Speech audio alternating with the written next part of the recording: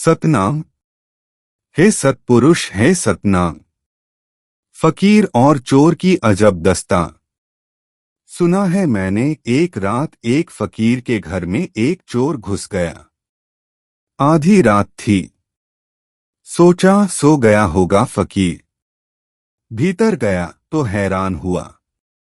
मिट्टी का छोटा सा दिया जलाकर फकीर कुछ चिट्ठी पत्री लिखता था। घबरा गया चोर। छुरा बाहर निकाल लिया। फकीर ने ऊपर देखा और कहा कि छुरा भीतर रखो, शायद ही कोई जरूरत पड़े। फिर कहा कि थोड़ा बैठ जाओ, मैं चिट्ठी पूरी कर लूं, फिर तुम्हारा क्या काम है उस पर ध्यान दूं। ऐसी बात कि चोर भी घबराकर बैठ गया। चिट्ठी पूरी की।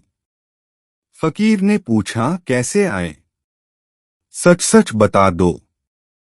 ज्यादा बातचीत में समय खराब मत करना, अब मेरे सोने का वक्त हुआ। उस चोर ने कहा, अजीब हैं आदमी आप। देखते नहीं, छुरा हाथ में लिए हूं। आधी रात आया हूं। काले पकड़े पहने हूं। चोरी करने आया हूं। फकीर ने कहा, ठीक, लेकिन गलत जगह चुनी। और अगर यहां चोरी करने आना था तो भले मानस पहले खबर भी तो कर देते, हम कुछ इंतजाम करते। यहां चुराओगे क्या? मुश्किल में डाल दिया मुझे आधी रात आकर। और इतनी दूर आ गए, खाली हाथ जाओगे, यह भी तो बदनामी होगी। और पहला ही मौका है कि मेरे घर भी किसी चोर ने ध्यान दिया। आज हमको भी लगा कि हम भी कुछ हैं। कभी कोई आता ही नहीं इस तरफ। तो ठहरो, मैं जरा खोजूं। कभी कभी कोई कोई कुछ भेंट कर जाता है। कहीं कुछ पड़ा हो तो मिल जाए। 10 रुपए कहीं मिल गए। उस फकीर ने उसको दिए और कहा कि यह तुम ले जाओ। रात बाहर बहुत सर्द है। अपने शरीर पर जो कंबल था वह भी उसे दे दिया। वह चोर बहुत घबराया। उसने कहा, आप बिल्कुल नग्न हो गए। रात सर्द है। फकीर ने कहा, मैं तो झोपड़े के भीतर हूं। लेकिन तुझे तो 2 मील रास्ता भी पार करना पड़ेगा। और रुपयों से तो कपड़े अभी मिल नहीं सकते। रुपयों से तन ढक नहीं सकता। तो यह कंबल ले जा। फिर मैं तो भीतर हूं। और फिर कब? इस गरीब की झोपड़ी पर कोई कभी चोरी करने आया नहीं। तूने हमें अमीर होने का सौभाग्य दिया। अब हम भी कह सकते हैं किसी से कि हमारे घर भी चोरों का ध्यान है। तू जा, मजे से जा। हम बड़े खुश हैं।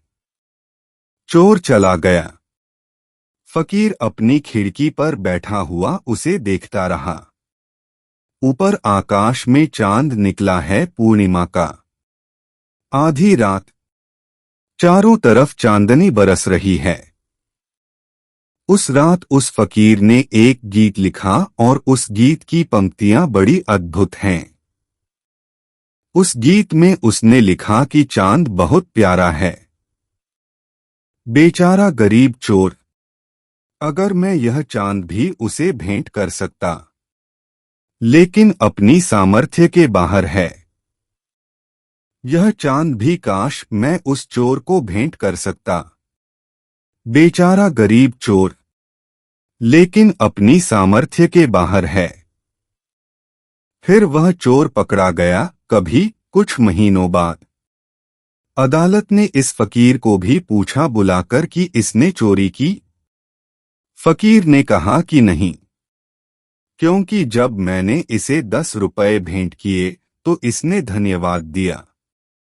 और जब मैंने इसे कंबल दिया तो इसने मुझे बहुत मनाया कि आप ही रखिए, रात बहुत सर्द है। यह आदमी बहुत भला है। वह तो मैंने ही इसे मजबूर किया, तब बामुश्किल बड़े संकोच में यह कंबल ले गया था। फिर उसको 2 साल की सजा हो गई। कुछ और चोरियां भी थीं। फिर सजा के बाद छूटा तो सीधा भागा हुआ उस फकीर के चरणों में आया। उसके चरणों में गिर पड़ा कि तुम पहले आदमी हो जिसने मुझसे आदमी की तरह व्यवहार किया। अब मैं तुम्हारे चरणों में हूं। अब तुम मुझे आदमी बनाओ। तुमने व्यवहार मुझसे पहले कर दिया आदमी जैसा, अब मुझे आदमी बनाओ भी। उस फकीर ने कहा, और मैं कर भी क्या सकता था? जो हमारे भीतर होता है वही दिखाई पड़ता है। अगर फकीर के भीतर जरा भी चोर होता तो वह पुलिस वाले को चिल्लाता, पास पड़ोस में चिल्लाहट मचा देता कि चोर घुस गया। लेकिन फकीर के भीतर अब कोई चोर नहीं है। तो मकान में चोर भी आ जाए तो भी चोर नहीं मालूम पड़ता, दुश्मन नहीं मालूम पड़ता, मित्र ही मालूम पड़ता है। हमारे भीतर जो है वही हमें बाहर दिखाई पड़ने लगता है। भीतर अगर द्वंद्व है तो बाहर भी द्वंद्व दिखाई पड़ने लगता है। सत्यजीत बनर्जी।